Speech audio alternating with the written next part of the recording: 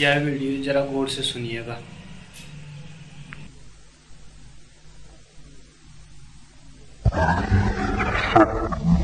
मैं कहेंगे चित्त की शून्यता पर। वस्तुतः जिसे हम जीवन जानते हैं वो जीवन नहीं है। जिसे हम जीवन मानकर जी लेते हैं और मर भी जाते हैं वो जीवन नहीं है। बहुत कम सौभाग्यशाली लोग हैं जो जीवन को अनुभव कर पाते हैं। जो जीवन को अनुभव कर लेते हैं उनकी कोई मृत्यु नहीं है। और जब तक मृत्यु है, मृत्यु का भय है, और जब तक प्रतीत होता है कि मैं समाप्त हो जाऊंगा, मिट जाऊंगा, तब तक जानना कि अभी जीवन का कोई संधान, जीवन की कोई संपर्क, जीवन का कोई अनुभव नहीं उपलब्ध हुआ है। एक छोटी सी कहानी से आज की चर्चा को मैं प्रारंभ करना चाहूंगा। बहुत बार उस कहानी को देश के कोने कोने में अनेक लोगों से कहा है, फिर भी मेरा मन नहीं भरता और मुझे लगता है उसमें कुछ बात है जो सभी को ख्याल में आ जानी चाहिए। जीसस क्राइस्ट यात्रा पर थे, जो उन्हें मिला था उसे लुटाने की यात्रा पर थे, और आनंद का स्वभाव है कि वो मिल जाए तो उसे लुटाना अनिवार्य हो जाता है। दुख मनुष्य को सिकोड़ता है और आनंद मनुष्य को फैला देता है। दुख में मनुष्य चाहता है मैं अपने में बंद हो जाऊं, और आनंद में मनुष्य चाहता है मैं सब तक पहुंच जाऊं और सब तक फैल जाऊं। इसलिए आनंद को ब्रह्म कहा है। दुख अहंकार की अंतिम सीमा है, आनंद निरअहंकारिता की, ब्रह्म होने की। शायद आपने ख्याल किया हो, महावीर और बुद्ध या क्राइस्ट जब दुख में है तब वे जंगल में भाग गए हैं, और जब उन्हें आनंद उपलब्ध हुआ है वे बस्ती में वापस लौट आए हैं। आनंद बटना चाहता है, दुख सिकुड़ना चाहता है, दुख अपने में बंद होना चाहता है, आनंद दूसरे तक फैलना चाहता है। क्राइस्ट को जब आनंद उपलब्ध हुआ वे उसे बांटने की यात्रा पर निकल गए। वे एक गांव में पहुंचे। सुबह सुबह ही उस गांव को वे पार करते थे। एक झील के किनारे उन्होंने एक मछुए को मछली मारते देखा। उसने अपना जाल फेंका था और मछलियों की प्रतीक्षा करता था। उसे पता भी नहीं था पीछे से कौन गुजरता है। क्राइस्ट ने जाके उसके कंधे पर हाथ रखा और उससे कहा, मित्र मेरी ओर देखो, कब तक मछलियों ही मारते रहोगे? और जो क्राइस्ट ने उससे कहा, मैं हर एक आदमी के कंधे पर हाथ रख के मेरा भी मन होता है कि पूछूं कि कब तक मछलियां ही मारते रहोगे? इससे क्या फर्क पड़ता है कि रोटियां मार रहे हैं या मछलियां मार रहे हैं? सब मछलियां मारना है। जीवन अधिक लोगों को मछलियां मारने में ही नष्ट हो जाता है। क्राइस्ट ने उससे पूछा कि कब तक मछलियां मारते रहोगे? उसने लौट के देखा, एक झील सामने थी और पीछे एक आदमी की आंखें थी जो झील से भी ज्यादा गहरी थी। उसने सोचा कि अब इस जाल को वहीं फेंक दूं और इन आंखों में एक जाल को फेंकूं। उसने जाल वहीं फेंक दिया और क्राइस्ट के पीछे हो लिया। उसने कहा, मैं साथ चलता हूं, अगर कुछ और पकड़ा जा सकता है उसे पकड़ने को मैं तैयार हूं। ये जाल यहीं फेंक दिया, ये मछलियां यहीं छोड़ दी। जिसे धर्म की खोज करनी हो उसे इतना साहस होना चाहिए कि समय पड़े तो जाल को, मछलियों को फेंक दे। और क्राइस्ट के पीछे गए, वे गांव के बाहर भी नहीं निकल पाए। एक आदमी ने आकर उस मछुए को खबर दी कि तुम कहां जा रहे हो? तुम्हारे पिता जो बीमार थे उनकी रास्ते में मृत्यु हो गई, अभी अभी वो समाप्त हो गए। लौटो, हम तुम्हें खोजते हुए सब तरफ घूम आए थे। वो युवा मछुआ क्राइस्ट से बोला, क्षमा करें, मैं जाऊं और अपने पिता का अंतिम संस्कार करके 2-4 दिन में वापस लौट आऊंगा। क्राइस्ट ने उसका हाथ पकड़ा और उससे कहा, तुम तो मेरे पीछे हो। एंड लेट द डेड बरी देयर डेड। और वो जो गांव के मुर्दे हैं वो मुर्दे को दफना लेंगे, तुम मेरे पीछे आओ।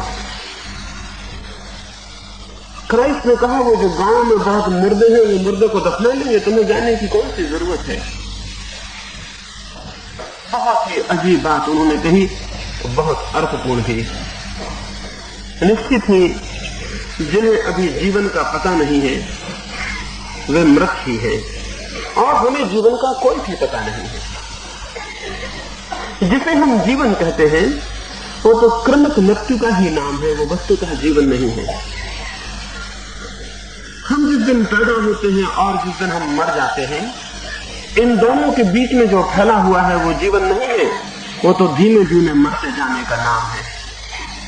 हम रोज मरते जा रहे हैं, जिसे हम जीवन कह रहे हैं वो रोज मरते जाना है, वो ग्रेजुअल डेथ है। मौत कोई आकस्मिक घटना थोड़ी है, वो जन्म के दिन ही शुरू हो गई। जो जन्म का दिन है वही मृत्यु का दिन भी है, उसी दिन हम मरना शुरू हो जाते हैं। जन्मते नहीं कि मरना शुरू हो जाते हैं, फिर मौत धीरे धीरे बड़ी होती जाती है, एक दिन पूरी हो जाती है। जिस दिन पूरी होती है हम कहते हैं मौत आ गई। मौत रोज आ रही थी, अन्यथा अचानक कैसे आ जाती? मौत रोज आती गई, एक दिन पूरी हो गई। जन्म मृत्यु का प्रारंभ है और मृत्यु मृत्यु की परिपूर्णता है। जन्म जीवन की शुरुआत नहीं है और न मृत्यु जीवन का अंत है। जीवन तो जन्म के भी पहले है और मृत्यु के भी बाद है।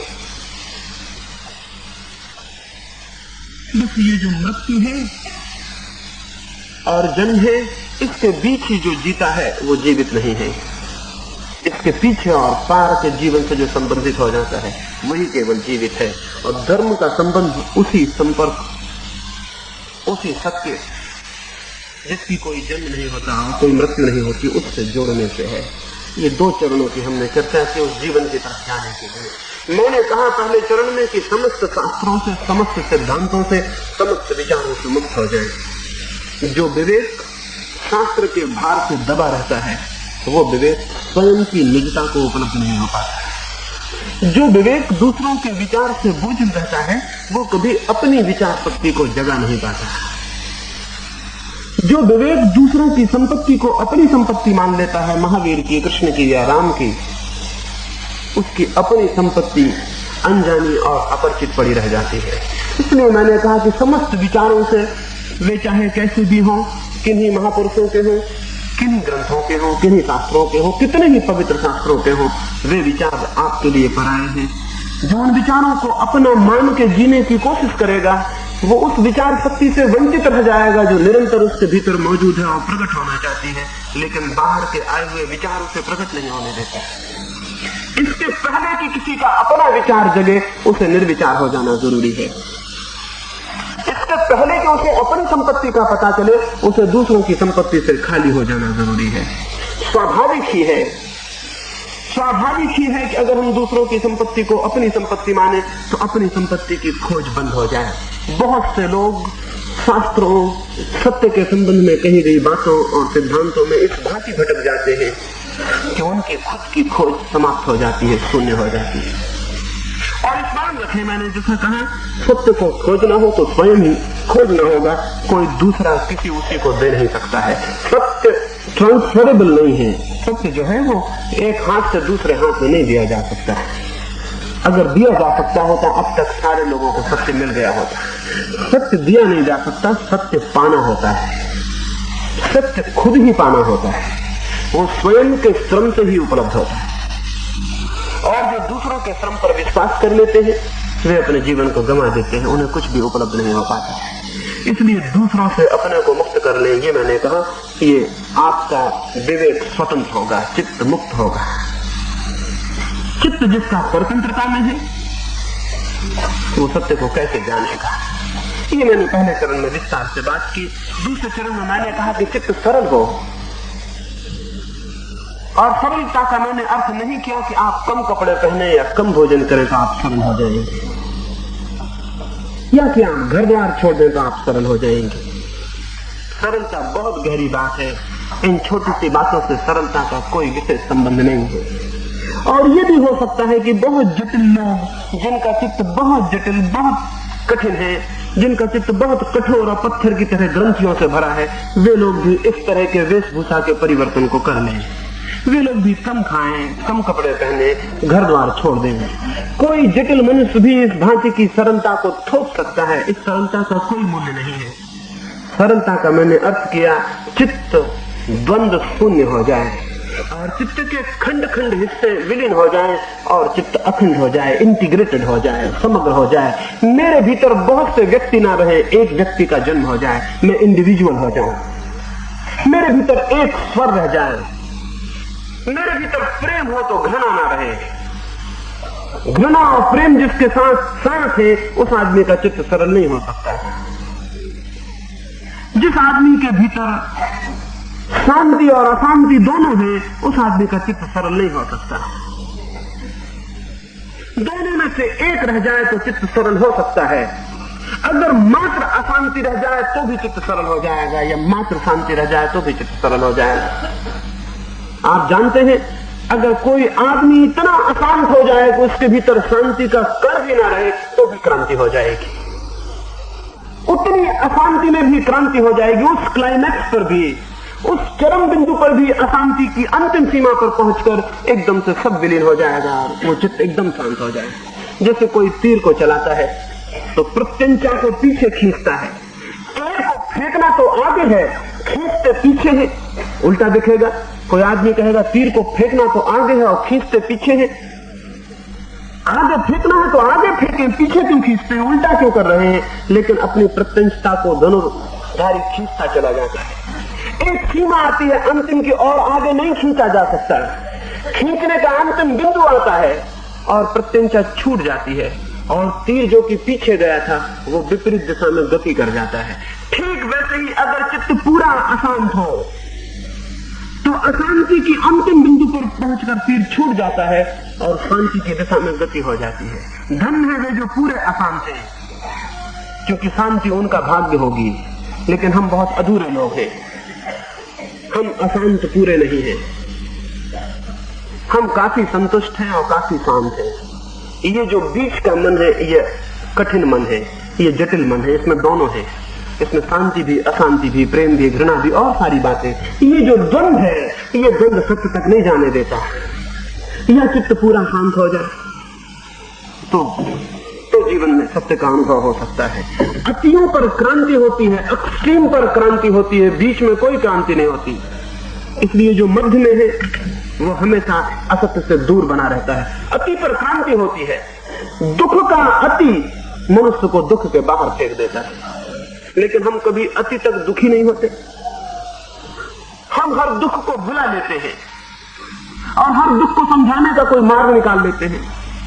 किसी का पुत्र मर गया, वो मेरे पास आए और उन्होंने कहा मैं बहुत दुखी हूं। मैंने कहा और दुखी हो जाएं, पूरे दुखी हो जाएं, क्रांति हो जाएगी। नहीं, लेकिन वो बोले कि क्या आप बताएंगे मुझे कि मेरा जो लड़का मर गया उसकी आत्मा अमर है? मैंने कहा आप तरकीब में खोज रहे हैं जिससे कि दुख जो है वो क्षीण हो जाए। अगर कोई आपको विश्वास दिला दे कि पुनर्जन्म होता है, लड़का मरा नहीं, कोई घबराने की बात नहीं, आत्मा उसकी अमर है, उसका दूसरी जगह जन्म हो गया, आप निश्चिंत हो जाएंगे। दुख बीच में रुक जाएगा और कोई क्रांति नहीं होगी। दुख को आप समझा लेंगे, समझौता कर लेंगे। अनेक लोग पूछते फिरते हैं कि पुनर्जन्म है क्या। वो इसलिए नहीं पूछ रहे हैं कि पुनर्जन्म उन्हें कोई उत्सुकता है, वो इसलिए पूछते हैं, रोज जो मरते हुए देखते हैं लोगों को तो उनको डर लगता है कि कहीं मुझे भी ना मरना पड़े, तो वो पूछते आते हैं कि पुनर्जन्म है क्या। अगर विश्वास दिलाने तो वो आपके पैर छुएंगे, कहेंगे आप बड़े महात्मा हैं, बड़े साधु हैं, आपने मेरा चित्त शांत किया। चित्त शांत नहीं किया, एक आदमी ने अपने भीतर समझौता कर लिया। ये मृत्यु को देखकर दुखी हो सकता था, उस दुख से बच गया। वो दुख क्रांति ला सकती थी, ये पुनर्जन्म का सिद्धांत कोई क्रांति नहीं लाया। हम जीवन में हमेशा बीच में रुक जाते हैं, किसी चीज को उसकी अति तक नहीं पहुंचने देते। मैं आपसे कहता हूं क्रोध ही करना है तो पूरा कर ले। देखिए पूरे क्रोध में एक क्रांति हो जाएगी। पूरे क्रोध के बिंदु पर आप पाएंगे कि क्रोध तो विलीन हो गया। वाष्पीकरण के बिंदु होते हैं, जैसे कोई पानी को गर्म करे तो 100 डिग्री पर जाके भाप हो जाता है, लेकिन 85 डिग्री पर रुक जाए तो न तो पानी रहा और न भाप हो पाया, वो केवल उत्तप्त होकर रह गया। तो मैंने कहा कि जीवन की सरलता पैदा होती है किसी एक बिंदु के केंद्र पर सारे जीवन के आ जाने से, एक अद्वंद की स्थिति आ जाने से। उसकी मैंने चर्चा की कि जीवन अखंड हो, वो कैसे हो सकता है, उसको मैंने आपको दूसरे चरण में समझाया। और आज मैं तीसरे चरण पर आपसे बात करना चाहता हूं कि जो चित्त स्वतंत्र हो गया है और जो चित्त सरल हो गया है, वो चित्त अगर शून्य भी हो जाए तो सरलता, स्वतंत्रता और शून्यता के मिलने से समाधि उपलब्ध हो जाती है। कैसे हमारा चित्त शून्य हो सकता है और शून्य का क्या अर्थ है? शून्य का क्या अर्थ है? शून्य का अर्थ है हम अपने भीतर अपने होने से बहुत भरे हुए हैं। हम अपने मैं से, अपने अहंकार से बहुत भरे हुए हैं। 24 घंटे उसी से भरे हुए हैं। कभी अपने भीतर खोज करें, आपके उठने में आपका अहंकार है, आपके वस्त्र पहनने में आपका अहंकार है, आपके चलने में आपका अहंकार है, आपके मकान बनाने में आप केवल छाया को थोड़ी मकान बनाते हैं, उसमें भी अहंकार है। वो बगल वाले का मकान छोटा करने को भी मकान बनाते हैं। आप वस्त्र कोई शरीर को ढकने को थोड़ी पहनते हैं, उसमें भी अहंकार है। दूसरों के वस्त्रों को फीका करने के लिए पहनते हैं। आप जो भी कर रहे हैं 24 घंटे आपकी अहंता उससे विकीर्ण हो रही है। 24 घंटे आपका मैं यहां तक हद हो जाती है। एक आदमी धन इकट्ठा करता है इसलिए कि उसके अहंता की पुष्टि मिल जाए। आखिर कौन धन इकट्ठा करने में कौन सा रस होगा? हाँ, धन की एक उपयोगिता है, वहां तक भी समझ में आता है, लेकिन धन तो उस सीमा पर भी इकट्ठा किया जाता है जहां उसकी कोई उपयोगिता नहीं है। मैं कल ही बात करता था, एंड्रू कार्नेगी मरा, अमेरिका का एक करोड़पति मरा तो कोई 3 अरब की संपत्ति छोड़ गया। 3 अरब की क्या उपयोगिता हो सकती है? क्या करेगा 3 अरब का कोई आदमी? जरूर धन की उपयोगिता है, वस्त्र के लिए, भोजन के लिए, जीवन को चलाए जाने के लिए उसकी उपयोगिता है, लेकिन 3 अरब की क्या उपयोगिता है? फिर भी आप हैरान होंगे, कार्नेगी दुखी मरा क्योंकि वो सोचता था केवल 3 ही अरब तो 10 के उसके इरादे थे। उसने मरते वक्त कहा, जो उसका चरित्र लिख रहा था उस लेखक को, उसने कहा, लेखक ने उससे पूछा कि आप तो संतुष्ट मरते होंगे। कार्नेगी ने कहा, संतुष्ट? मेरे 10 के इरादे थे, मात्र 3 ही मैं इकट्ठा कर पाया और जीवन बीत गया। और ये पक्का समझिए कि इसे 10 भी मिल जाते तो इसके इरादे 100 के हो गए होते, और ये कहता बस केवल 10। वो जो 10 रुपए जिसके पास है, वो जैसा कहे कि केवल 10 रुपए, वैसा ही वो भी कहता है जिसके पास 10 अरब रुपए, वो कहता केवल 10 अरब। लेकिन इसकी उपयोगिता क्या है? रुपये की उपयोगिता थोड़ी दूर के बाद समाप्त हो जाती है और अहंकार की उपयोगिता शुरू हो जाती है। फिर रुपये का उपयोग नहीं है, फिर अहंकार के भरने के लिए रुपया सहयोगी है। जितना मेरे पास हो उतना मैं बड़ा आदमी हो जाता हूं, उतना मेरा मैं बड़ा हो जाता है, विराट हो जाता है, मजबूत हो जाता है। बड़े पद की खोज अहंकार की खोज है, और क्या है? जीवन में प्रथम होने की खोज अहंकार की खोज है, और क्या है? हैरान होंगे आप, धन की खोज अहंकार की खोज है, और अनेक बार त्याग की खोज भी अहंकार की खोज ही होती है। वो जिस आदमी के पास बहुत है, वो अगर उसको छोड़ दे तो वो ये कहना शुरू कर देता, मैंने इतने बहुत को छोड़ा। एक साधु के पास था, वो मुझसे कहते थे मैंने लाखों रुपए पर लात मार दी। मैंने 2-4 दफा उनसे सुना, मैं फिर थोड़ा मैंने कहा कि मैं पूछूं कि ये लात कब मारी, तो मैंने उनसे पूछा, वो बोले कोई 20 साल हो गए। मैं थोड़ा हैरान हुआ, मैंने कहा 20 साल हो गए और ये बात भूलती नहीं है, तो लात ठीक से नहीं लग पाई। ये बात अब याद रखने की कौन सी जरूरत है?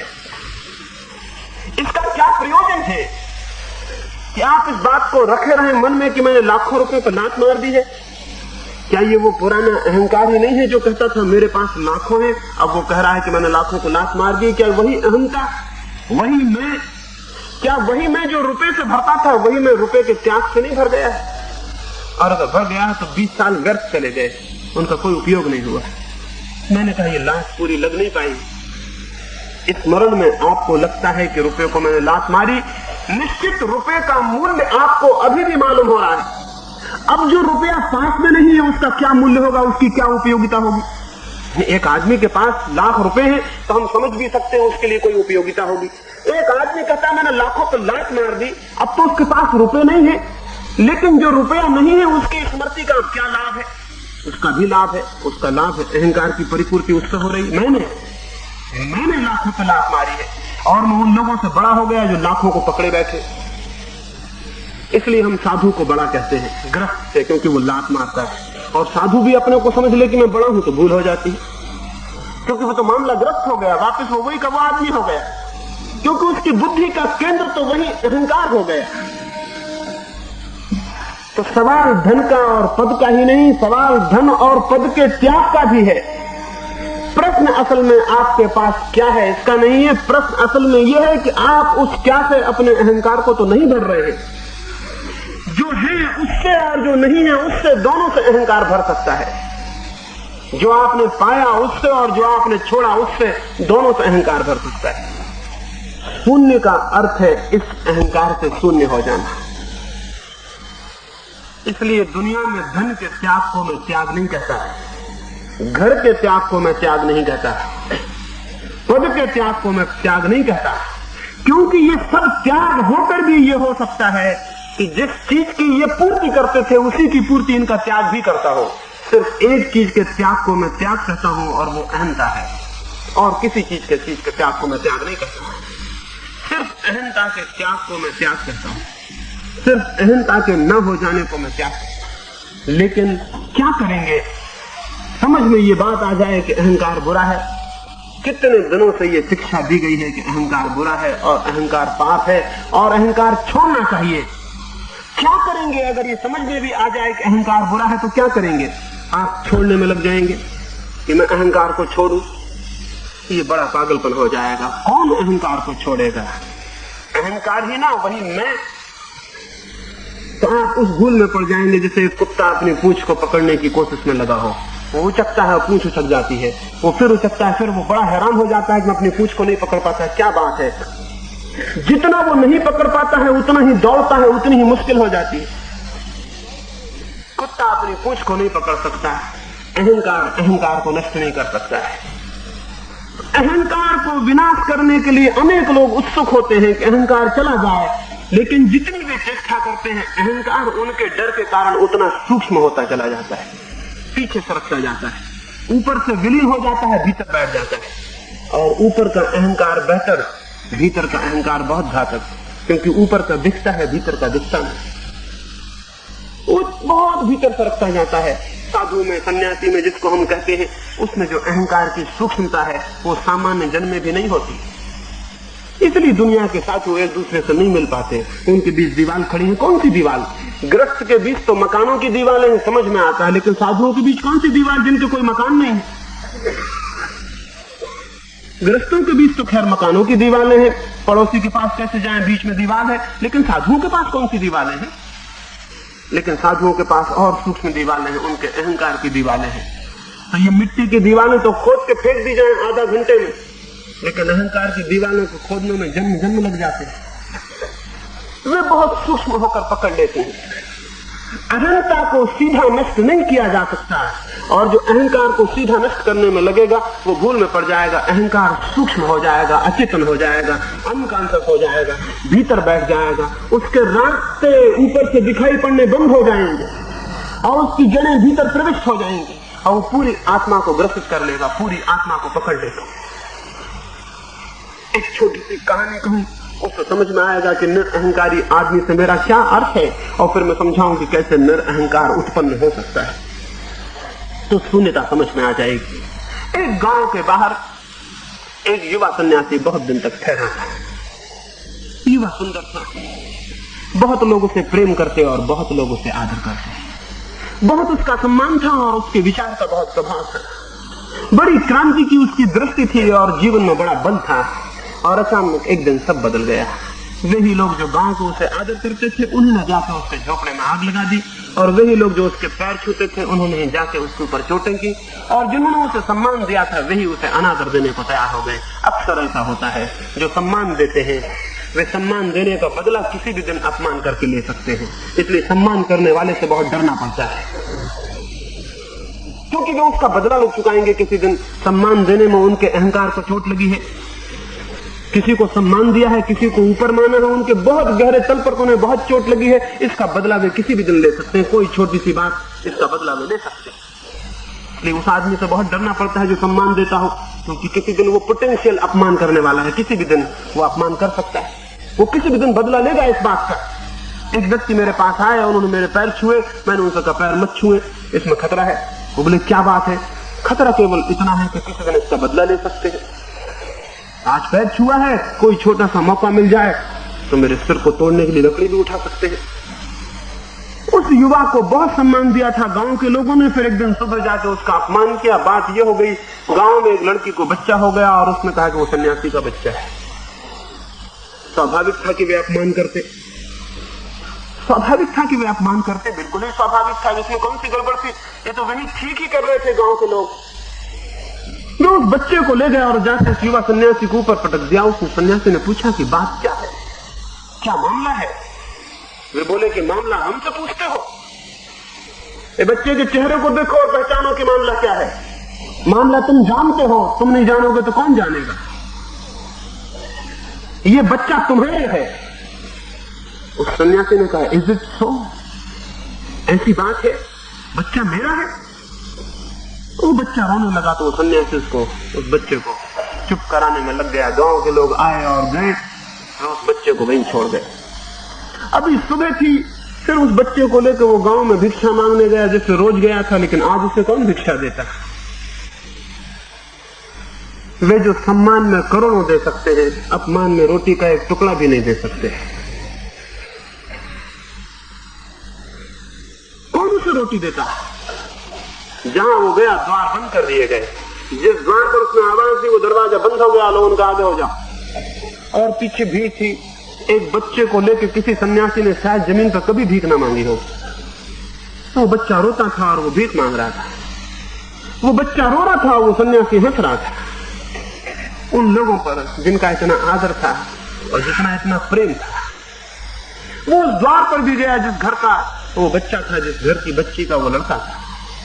उसने वहां भी आवाज दी और उसने कहा कि मेरी फिक्र छोड़ दे, कसूर भी होगा तो मेरा होगा, इस बच्चे का कौन सा कसूर है? इसे कुछ दूध मिल जाए। उस लड़की को सहना मुश्किल हो गया जिसका वो बच्चा था। उसने अपने पिता से कहा, मुझे क्षमा करें, मैंने झूठ बोला। उस सन्यासी का तो मुझसे कोई परिचय भी नहीं है। उस बच्चे के असली बाप को बचाने के लिए मैंने ऐसा कह दिया। मैंने सोचा था कि थोड़ा कुछ कहा सुनी करके आप वापस लौट आएंगे। बात यहां तक पहुंच जाएगी, ये मेरे कल्पना के बाहर। घर के लोग घबरा गए कि ये क्या हुआ, ये तो बड़ी भूल हो गई, ये तो बड़ा मुश्किल हो गया। वे नीचे भागे आए, वे उसके पैर पर फिर गिर पड़े, उसके पैर पड़ने लगे, बच्चे को उसके हाथ से लेने लगे। उसने कहा, क्या मामला है, बात क्या है? उन्होंने कहा, ये बच्चा आपका नहीं। उसने कहा, इज इट सो? ऐसी बात है कि बच्चा मेरा नहीं? आप ही तो सुबह कहते थे कि बच्चा आपका है। ये आदमी है निरअहंकार। लोगों ने उससे कहा, तुम कैसे पागल हो, सुबह क्यों नहीं कहा कि बच्चा मेरा नहीं? उसने उसको क्या फर्क पड़ता था, बच्चा जरूर किसी का होगा, मेरा भी हो सकता है। ये बच्चा किसी का तो होगा ही, कोई ना कोई इसका बाप होगा ही। अब तुम मुझे तो गाली दे ही चुके, अब एक और आदमी को गाली दोगे, क्या फायदा है? मेरा मकान जला ही चुके, अब एक आदमी का और जलाओगे, क्या फायदा है? तो मैंने कहा कि इसमें फर्क भी क्या पड़ता है। और अच्छे हुआ, तुम्हारा सम्मान, तुम्हारी श्रद्धा का भी मुझे गहराई पता चल गई, तुम्हारी बातों का भी मुझे मूल्य पता चल गया। अच्छे हुआ, इस बच्चे ने मुझसे बड़ी कृपा की, मुझे कुछ बातें दिखाई पड़ गई। मैंने कहा, तुम बिल्कुल ही पागल हो, इतना इशारा भर कर देते कि मेरा नहीं तो सब मामला बदल जाता। उसने कहा, क्या फर्क पड़ता था, मेरी इज्जत ही बिगड़ रही थी ना। तो क्या मैं इज्जत के लिए साधु हूं, रेस्पेक्टेबिलिटी के लिए, तुम्हारा आदर मिले इसलिए? तुम्हारा आदर अनादर का भाव छोड़ा, उसी से तो मैं साधु हूं। तुम्हारे आदर अनादर को विचार करके मैं कुछ करूं तो फिर मैं कैसा साधु हूं? असल में भीतर मैं का भाव जिसका विलीन हो जाए वही साधु है। और मैं का भाव विलीन हो जाना सीधा नहीं होता, कुछ और रास्ते से परोक्ष होता है, इनडायरेक्ट होता है। कैसे इनडायरेक्ट होता है? मैं के भाव को विलीन करने के लिए सबसे पहली साधना का अंग है हम मैं को खोजें कि वो कहां है। महर्षि रमन ने कहा है कि तुम पूछो कि मैं कौन हूं। मैं कहता हूं ये मत पूछना, मैं पूछता हूं, मैं ये कहता हूं कि पूछना कि मैं कहां हूं। अपने चित्त में खोजें हम कि मैं कहां है, अपनी देह में हम खोजें कि मैं कहां है, आपको कहीं भी मिलेगा नहीं। अगर आप शांत बैठ के खोजें कि मैं कहां हूं तो आप खोजते रहेंगे और कोई बिंदु नहीं मिलेगा जहां आप लगे कि ये यहां मैं हूं। अपने भीतर खोज लेने पर कहीं मैं उपलब्ध नहीं होगा। चीन में एक राजा था वू, और भारत से एक सन्यासी चीन गया बोधि धर्म। जब बोधि धर्म चीन पहुंचा तो वू उसके स्वागत करने को राज्य की सीमा पर आया, और उस वू ने कहा कि मैंने इतने इतने विहार बनवाए, इतने मंदिर, भगवान की इतनी मूर्तियां प्रतिष्ठित की हैं, इतने इतने सन्यासी, इतने इतने भिक्षु मैंने तैयार किए, इतने विद्यालय खोले, इतना दान किया, इतना पुण्य किया, इस सब का क्या फल होगा? बोधि धर्म ने कहा, फल पूछा, सब निष्फल हो गया। फल की कामना की, सब व्यर्थ हो गया, न वो दान है न वो कुछ, वो सब अधर्म हो गया। जहां फल की कामना है वहीं अधर्म है, वहीं पाप। ये पूछा कि सब निष्फल हो गया, चुप रह जाते, न पूछते, न भीतर भाव उठता तो बहुत फल था। बोधि धर्म बोला आदमी, वो ने कहा बोधि धर्म आदमी अद्भुत मालूम होता है, शायद इससे कुछ हो। उसने कहा मेरा मन बहुत अशांत है, क्या कोई रास्ता हो सकता है कि मेरा मन शांत हो जाए? बोधि धर्म ने कहा सुबह 4 बजे आ जाना, अकेले में शांत कर देंगे। और भी हैरान हुआ है कि अजीब सन्यासी है। बहुत से सन्यासी से पूछा तो बातचीत तो बहुत करते हैं, कोई ये नहीं कहता कि शांत कर ही देंगे। जब वो उतर के जाने लगा, सीढ़ियों पर था, तो बोधि धर्म ने कहा कि सुन, मन को ख्याल से साथ ले आना, घर मत भूलाना, और नहीं तो अकेले खाली हाथ आ जाओ तो मैं किसको शांत करूंगा?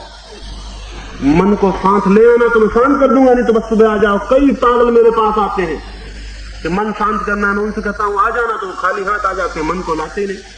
देख, मन को साथ लेते आना। वो और भी हैरान हुआ कि ये तो मैं जब आऊंगा तो मन तो आएगा ही, इसमें पूछने और कहने की क्या बात है।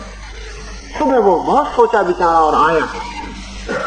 जब वो आया तो आते से बोधि धर्म ने कहा लाए, मन ले आए।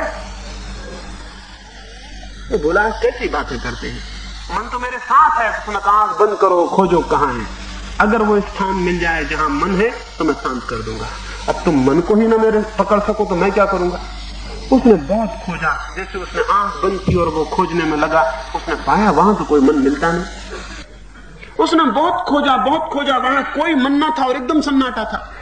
उसने आंख खोली, उसने कहा मैं बड़ी मुश्किल में हूं, वहां तो कुछ मिलता नहीं। तो बोधि धर्म ने कहा हो गया अशांत, जो मिलता ही नहीं वो अशांत कैसे होगा? असल में तुमने कभी भीतर जाके नहीं देखा, तुम्हारा बाहर होना ही तुम्हारे मन की उत्पत्ति है, और अगर तुम भीतर जाकर खोजो तो वहां कोई मन नहीं। हमारा बाहर होना हमारे मैं की उत्पत्ति है, अगर हम भीतर जाके खोजें वहां कोई मैं नहीं है, वहां कोई अहंता नहीं। हमारे बाहर होने की छाया से, शैडो, क्योंकि हम 24 घंटे बाहर दौड़ रहे हैं, तो एक छाया उत्पन्न होती है, और उस छाया से मैं का पता चलता है। आपने देखा होगा रास्ते पर आप जाएं तो एक छाया आपके पीछे दौड़ती हुई मालूम पड़ेगी, लेकिन आपको पता है क्या कि जिस क्षण आपने पहला कदम सड़क पर रखा, जो छाया आपके पीछे चली वही छाया घंटे भर बाद भी आपके पीछे है, वही छाया पीछे नहीं है। छाया प्रतिक्षण दूसरी बनती जा रही है। छाया कहां आपके पीछे जाएगी? छाया तो प्रतिक्षण दूसरी किरणें आप पर पड़ रही हैं, इसलिए दूसरी छाया बनती जा रही है। आप 1 इंच हटते हैं कि दूसरी छाया बनती है, वही छाया नहीं है जो आपने पहली दफा देखी। घंटे भर आप यात्रा करते हैं तो हर क्षण दूसरी छाया बनती जाती है, लेकिन घंटे भर बाद आप कहते हैं कि मेरी छाया मेरा पीछा कर रही, बिल्कुल झूठी बात। छाया वो है ही नहीं, छाया हर क्षण नई होती जा रही है, कोई छाया आपका पीछा नहीं कर रही है। वो तो आप धूप में खड़े हैं इसलिए हर क्षण छाया बन रही है। आप आगे हट जाएंगे दूसरी छाया बन जाएगी, और आगे हटेंगे तीसरी छाया बनेगी। आप बढ़ते जाते हैं, छाया बनती जाती, छाया आपका पीछा नहीं कर रही। ऐसे ही जीवन के व्यवहार में और बाहर के जगत में हम निरंतर सक्रिय हैं। उस सक्रियता से एक छाया बनती जो प्रतिक्षण बदलती जा रही है, लेकिन उसके प्रतिक्षण बदलना हमें दिखाई नहीं पड़ता, और हमें एक भ्रम पैदा होता है कि मैं हूं।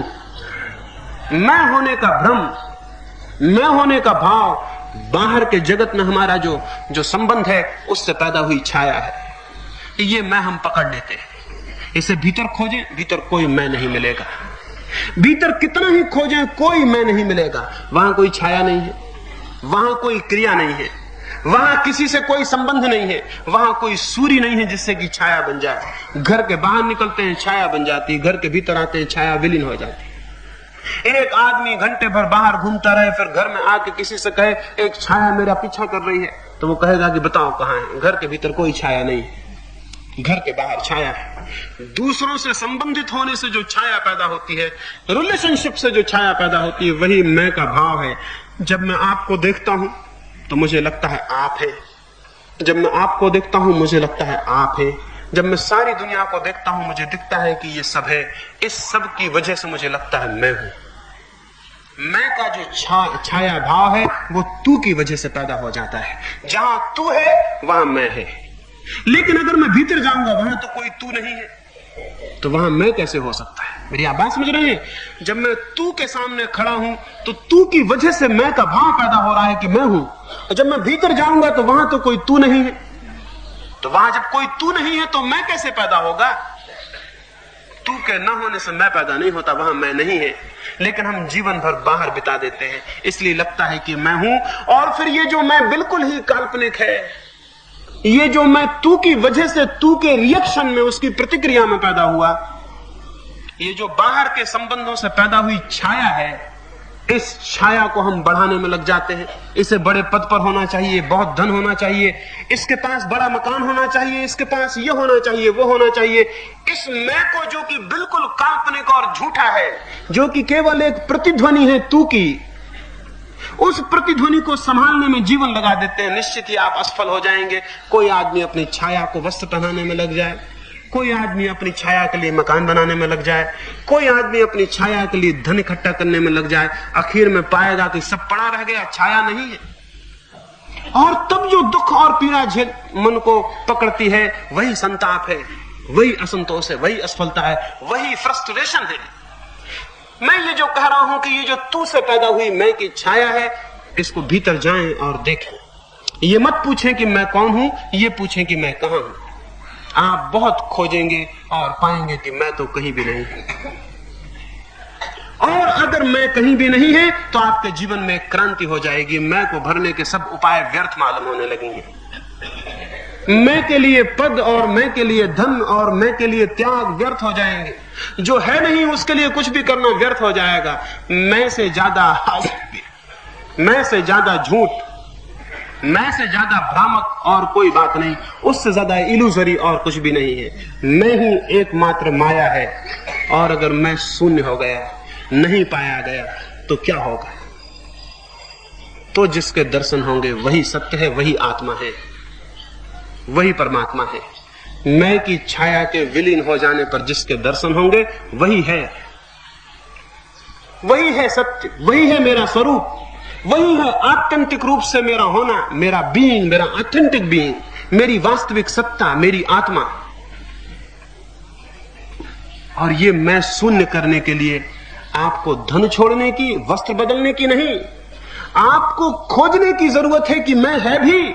जिस मैं को आप छोड़ने जा रहे हैं, अगर वो है ही नहीं तो पागलपन हो जाएगा। जानना है कि मैं है, अगर मैं नहीं है तो छोड़ने का कोई प्रश्न नहीं है।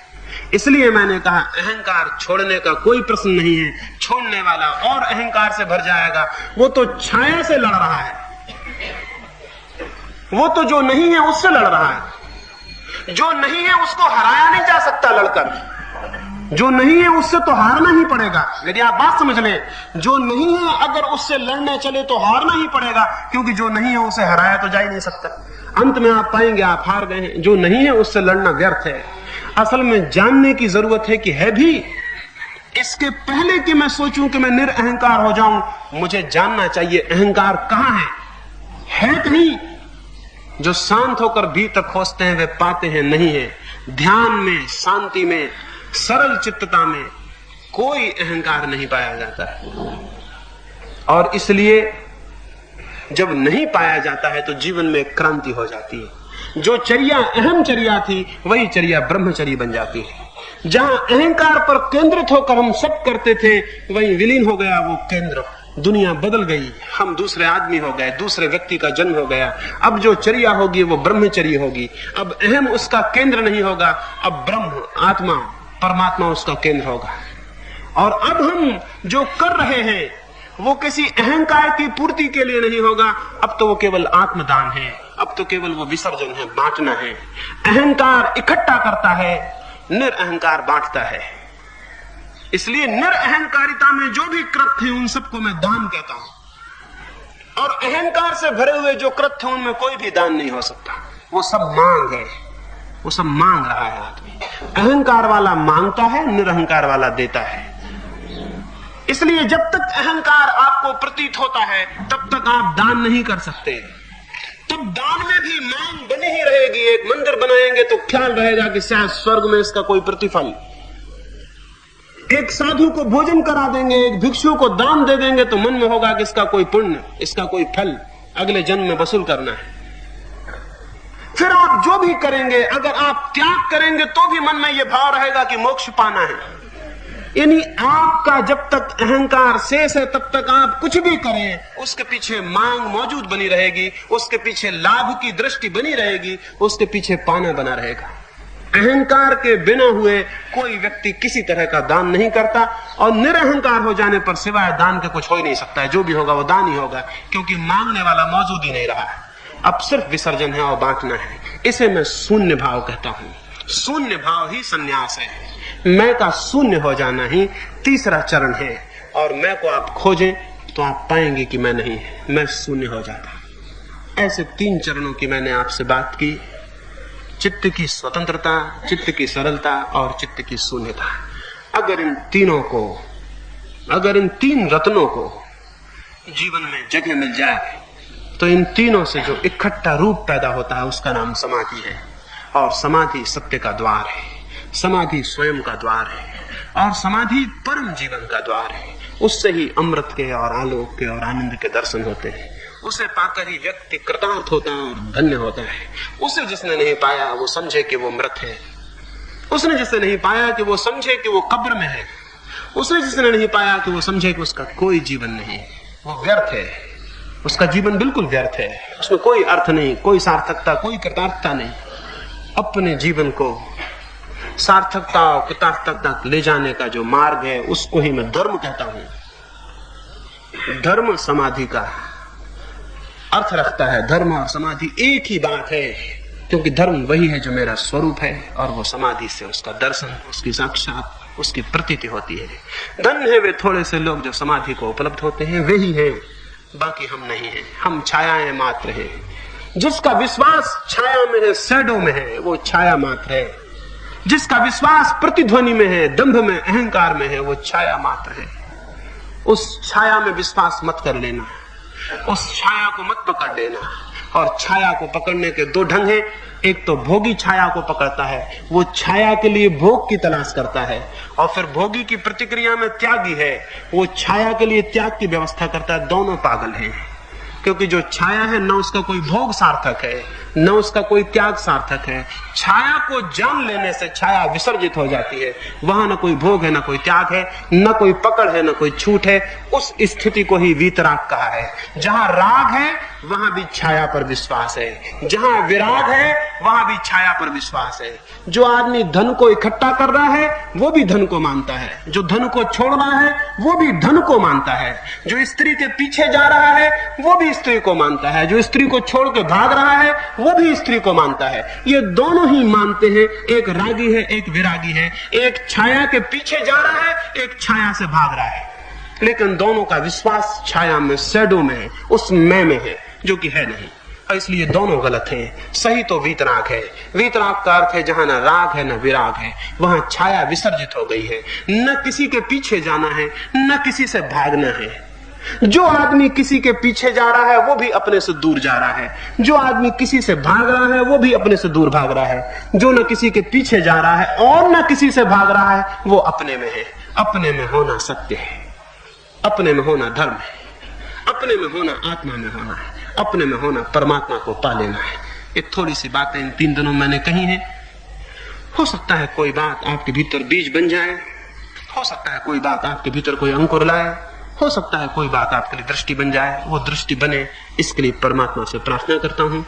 मेरी बातों को इतने प्रेम से, इतनी शांति से सुना है, उसके लिए जितना अनुग्रह मानूं उतना थोड़ा है। और अंत में सबके भीतर बैठे परमात्मा को प्रणाम करता हूँ। मेरे प्रणाम स्वीकार करें। अगर यह वीडियो आपको अच्छी लग रही हो तो वीडियो को लाइक और चैनल को सब्सक्राइब करें।